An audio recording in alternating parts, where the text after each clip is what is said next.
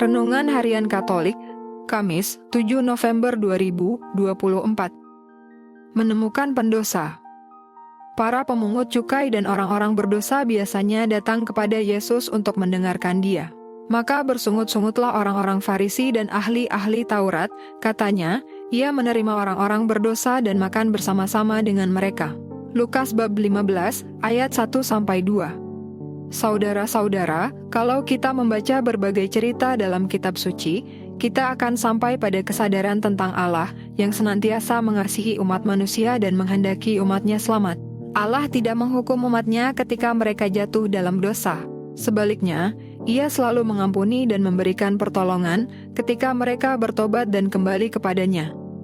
Karya Tuhan untuk menyelamatkan umat manusia dari kehancuran hidup akibat dosa berpuncak pada kedatangan Tuhan Yesus. Dalam karyanya, Tuhan Yesus memberikan perhatian terutama kepada orang-orang yang berdosa untuk mendorong mereka bertobat. Seandainya Yesus tidak mau makan dengan para orang berdosa, maka selama hidupnya Ia akan terus makan sendirian saja. Seandainya Yesus menghindari para berdosa, maka Ia tidak akan dapat memenuhi perannya sebagai juru selamat. Yesus datang ke dunia untuk menyelamatkan manusia dan tidak sulit baginya untuk menemukan para pendosa. Kita semua adalah orang yang berdosa. Meskipun kita mungkin berusaha untuk tampil bukan sebagai pendosa, kita sendiri tahu bahwa kita adalah pendosa. Jika kita dituduh melakukan pelanggaran kecil saja, kita cepat menanggapi, saya tidak bohong, saya tidak curang, dan sebagainya. Mengapa sulit sekali kita untuk mengakui bahwa kita berdosa, bersalah, atau lemah? Jika kita menyangkal bahwa kita adalah pendosa, itu berarti kita berkata bahwa kita tidak membutuhkan juru selamat. Dan, jika kita tidak menerima Yesus sebagai juru selamat, itu artinya kita tidak butuh diselamatkan. Ketika Yesus dikritik bahwa Ia bergaul dengan para pendosa dan makan bersama mereka, Ia tidak memberikan alasan. Betapa senangnya kita karena Juru Selamat yang agung itu menyambut kita, makan bersama kita, mengampuni kita, dan mengundang kita untuk berbagi persahabatan yang kekal. Yesus datang ke dunia ini bukan untuk orang benar, melainkan untuk orang berdosa.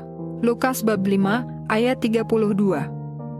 Maka berbahagialah kita karena Yesus senantiasa menantikan kita untuk kembali kepadanya, membiarkan diri dikasihinya dan tenggelam dalam lautan kasih kerahimannya.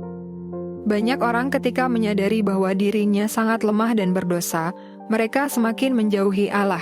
Mereka hanya berputar pada diri sendiri, menyesali dan menangisi segala perbuatan dan perkataannya serta tidak sanggup menyerahkan dirinya kembali kepada Allah.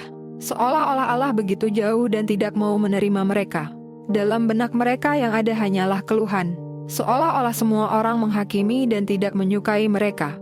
Kini saatnya kita kembali kepada Allah yang sangat merindukan dan mencintai kita. Serahkanlah seluruh kelemahan dan dosa kita kepadanya. Hendaklah kita datang kepadanya dengan penuh iman, harapan dan kasih. Dia hadir dalam diri Bapa pengakuan dosa. Ya Tuhan, berilah kami kekuatan untuk membangun sikap tobat dalam hidup, sehingga kami akhirnya bersatu dalam kemuliaan bersamamu.